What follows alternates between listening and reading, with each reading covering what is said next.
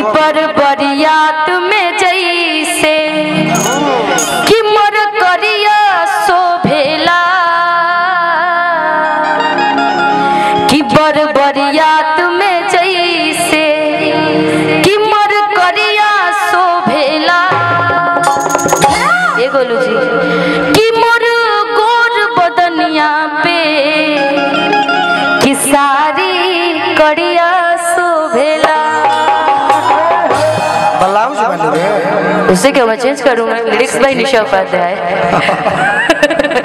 भूल जाते हो क्या भाई भूल जाते हो क्या भाई हाँ कि बरियात में जैसे बरियात में जैसे मर करिया शोभेला।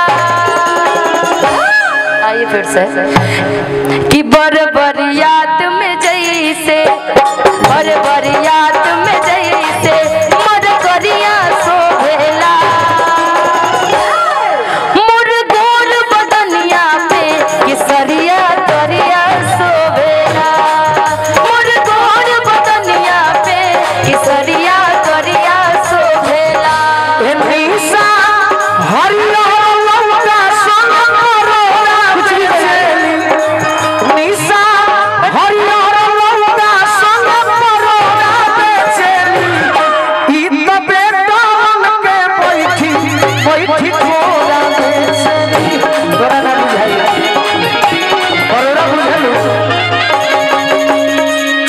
भाई से पूछ के परोरा का कहानी आप पूछिए। परोरा माने परवर भोजपुरी में परोरा कहल जाला। अच्छा अच्छा कि निशा हरियर लौटा संग परोरा बेचेली गई तो बेटवन के बैठी बैठी कोरा बेचेली ई तो बेटवन के बैठी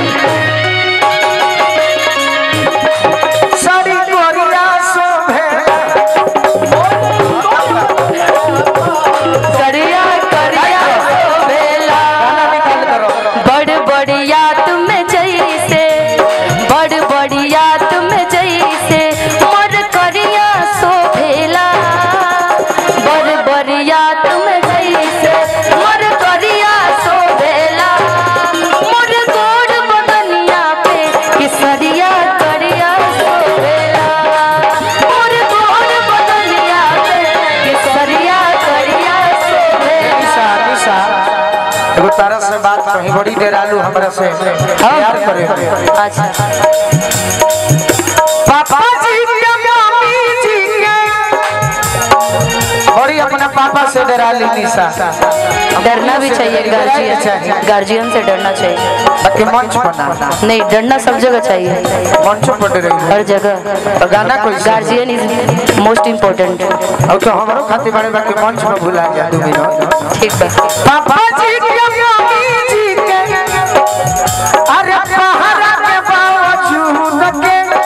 पहाड़ा के बावजूद के अरे ये डरलिंग आँख मूंद के गोदी में आ जाई हर कूद के ये डरलिंग आँख मूंद के गोदी में आ जाई अरे करिया शोभे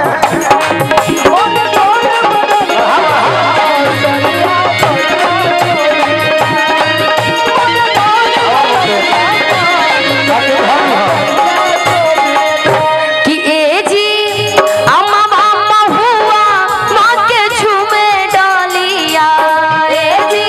अम्मा मामा हुआ माँ के झूमे डालिया कि ए जी अम्मा मामा हुआ माँ के झूमे डालिया कतानी ताकना बाला वाह हमार बोरिया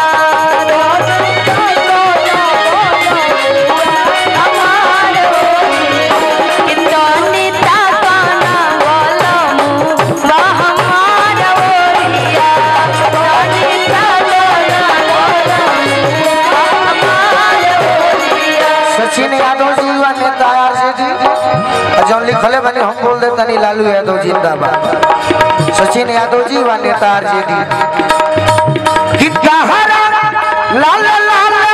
ओठवा से मोह धसुएला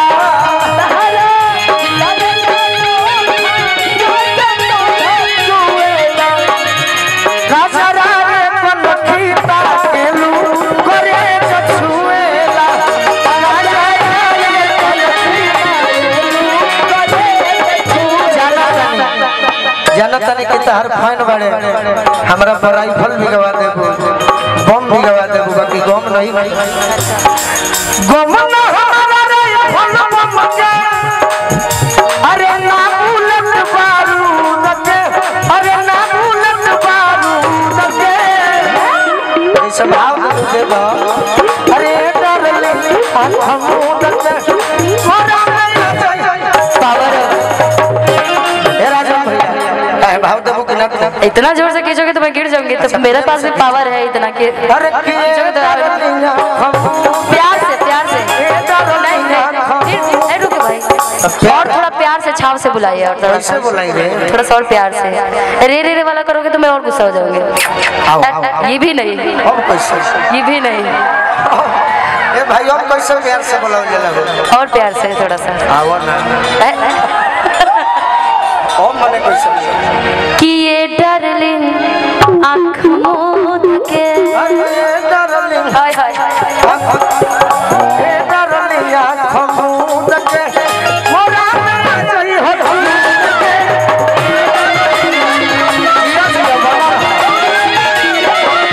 गाना बा मोर गोर बदनिया पर किसरिया करिया सोवेला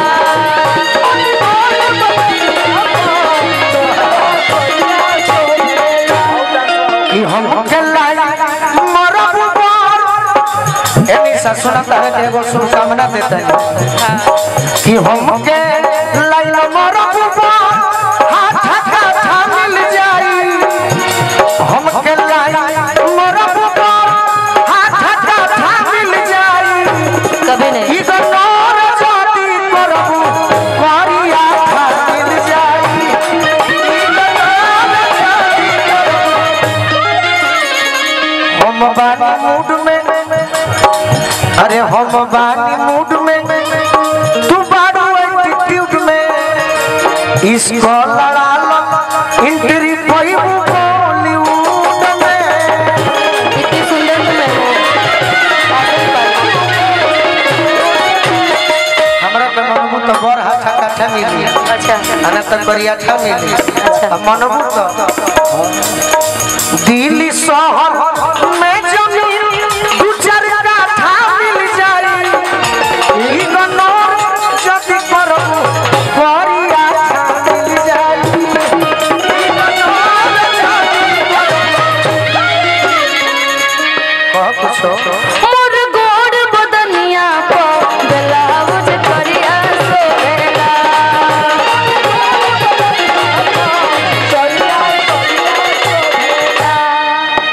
शीशा के सोझा जब हम जाने शीशा के सोझा ई रूपवा के देखी मने मुस्कानी अरे शीशा के सोझा जब हम जानी रूपवा के देखी मने मुस्कानी पीछे आवाज नहीं जा रही है क्या जा रही है तो रुक रुक के आ रहा है शीशा के सोझा जब हम जानी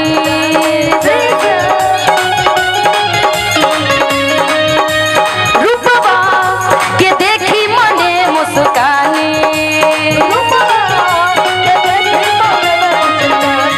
ऊंचे रे बदरिया में जैसे करिया शोभेला